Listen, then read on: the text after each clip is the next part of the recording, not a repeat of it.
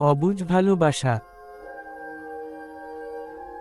2011 সাল, তখন ক্লাস 9-এ পড়ি। সবে মাত্র গোফের রেখা স্পষ্ট হতে শুরু করেছে। সারাদিন স্কুল আর বন্ধুদের সহিত আড্ডা দেওয়াই ছিল দৈনন্দিন রুটিন। ভালোবাসা কি, সেটা নিয়ে তেমন কিউরিসিটি ছিল না। বন্ধুদের অনেকেই দেখতাম প্রেম করে, হাত কাটে, চিরকুট লিখে, ফোনে কথা বলে ইত্যাদি।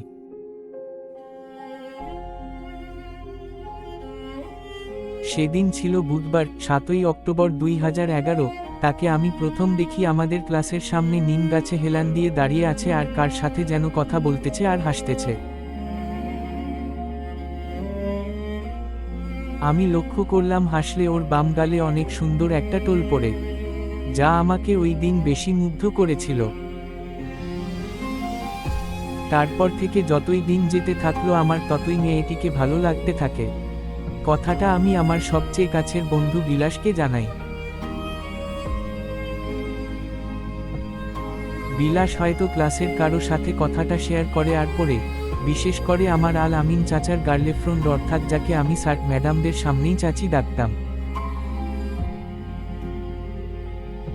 উনি আমাকে বলতেছে যে, পছন্দ করো বল না কেন।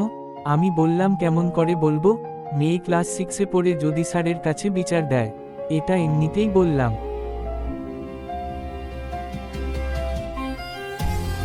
আসলে সবচেয়ে মজার ব্যাপার হচ্ছে, স্যারের কাছে বিচার দিলেও স্যার আমাকে কিছু করবে না, কারণ তখন আমরাই ছিলাম স্কুলের মাথা, যা বলতাম তাই করতাম।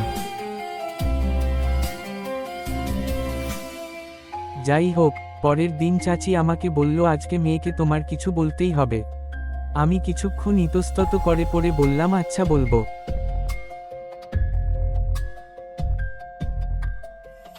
চাচি মেয়েকে আমাদের ক্লাসরুমের দক্ষিণের জানালায় এনে দাঁড় করালো আর বলল, নীল তোমায় কিছু বলতে চায়। আর চাচি বলল, এবার বলো, আমি পাশেই আছি। কি বলবো বুঝেছিলাম না। ওই দিকে মেয়েটা বারবার জিজ্ঞাসা করছে, কি বলবেন বলেন। না মানে, আমি কি না মানে, মেয়ে না মানে বলছিলাম, কি কি এত না মানে করছেন। বলেন কি বলবেন। আসলে হয়েছে কি, কালকে বলি না আজকেই বলেন, না হলে আমি গেলাম। এই শুনো, আমি না তোমাকে খুব পছন্দ করি।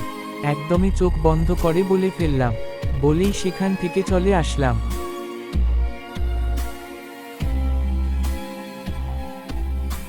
কিছুদিন পর, এই শুনছেন, মেয়ে।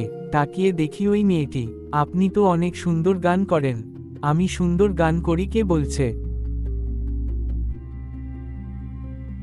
তোমায়। আমি কেউ বলেনি।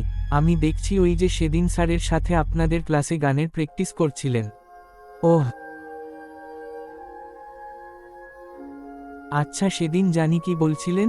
কি বলছিলাম শুনতে পাওনি। হ্যাঁ শুনেছি তো। তো উত্তরটা কি। জবাবে কিছু বলছে না, মাথা নিচু করে আছে। হয়তো লজ্জা পেয়েছে। কি হলো, কিছু বলো। কি বলবো। ভালোবাসি তোমায়, এইটা বলো। না পারবো না, না বলতে হবে। মেয়েটি দৌড়ে চলে গেল। বহু কষ্টে মেয়ের ফুফুর ফোন নাম্বার জোগাড় করলাম, কিন্তু এখন ফোন করব কি দিয়ে। আমার তো ফোন নেই আর বাসার ফোন দিয়ে কথা বলা যাবে না। কয়েকদিন পর সে আমাকে পছন্দ করে বলছে, কিন্তু কথা খুব কম হতো ওর সাথে, কারণ এই স্কুলেই তার খালাতো বোন পড়তো। তারপর একটা ফোন কিনলাম, শুধু ওর সাথে কথা বলার জন্য।